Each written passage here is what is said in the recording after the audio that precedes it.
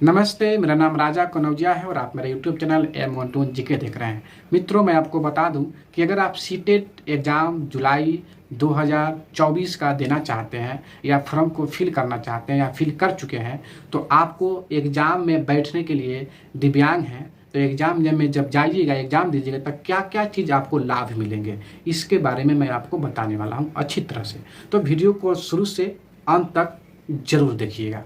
चलिए बात कर लेते हैं कि सीटेट 2024 में आपको क्या क्या चीज़ लाभ मिलेंगे एग्ज़ाम को देते समय या एग्ज़ाम के फॉर्म के समय अगर फिल किए होंगे डिसेबल कोटा तो आपको एग्ज़ाम में छूट मिलेगा।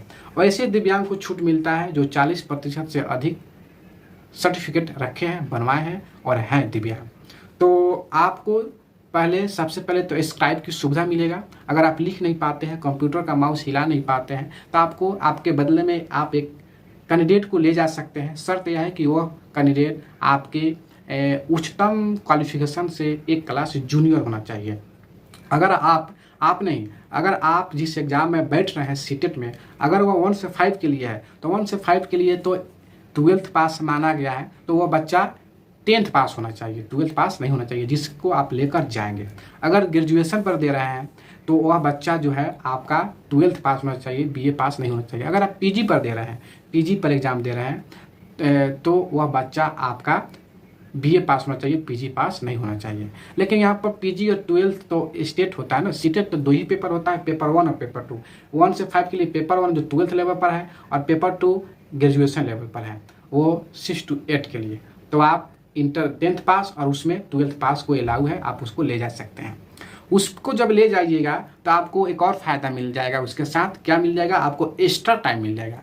प्रत्येक घंटे 20 मिनट। अगर 1 घंटे का एग्ज़ाम है तो आपको 20 मिनट छूट मिलेगा, 2 घंटे का एग्ज़ाम है तो आपको 40 मिनट छूट मिलेगा, 2.5 घंटे के है तो 50 मिनट छूट मिलेगा। तो यह आपकी दूसरी फ़ायदा हो गई। तीसरी फ़ायदा कि एज में आपको छूट मिलता है। जैसे आप डिसेबल हैं तो आपको 10 से 15 साल की एज की छूट मिलता है। चौथी फ़ायदा है कि जब आप फॉर्म फिल कीजिएगा तो आपका जनरल की जो फ़ी है उसका आपको 1/3 देना है। जैसे अगर जनरल का फीस 1000 है तो आपको 300 रुपये देने हैं। लेकिन कभी कभी देखा गया कि वो 300 नहीं होकर 400, 500, 600 भी होता है, तो उसके लिए ज़्यादा जो है सो नहीं कीजिए, वो आप फी पे कर दीजिए। यानी जनरल से या ओबीसी से कम ही फी रहता है डिसेबल लोगों का।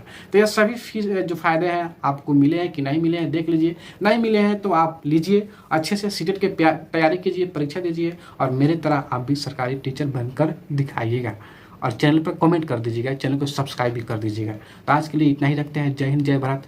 लास्ट में एक बात आपको बता देता हूँ कि अगर हमसे बात करना चाहते हैं तो एक मोबाइल ऐप है कॉल मी 4 ऐप, उसे इंस्टॉल कर लीजिए। वहाँ सर्च कीजिएगा M121 जीके और डायरेक्टली मेरे पास फ़ोन कीजिएगा। आपका फ़ोन मेरे पास आ जाएगा, उठाऊँगा, कॉल आपसे बात करूँगा, डायरेक्टली हमसे बात होगा। जो भी बात करना होगा बात करके पूछ सकते हैं, संतुष्ट हो सकते हैं। तो आज के लिए इतना ही रखते हैं। जय हिंद, जय भारत।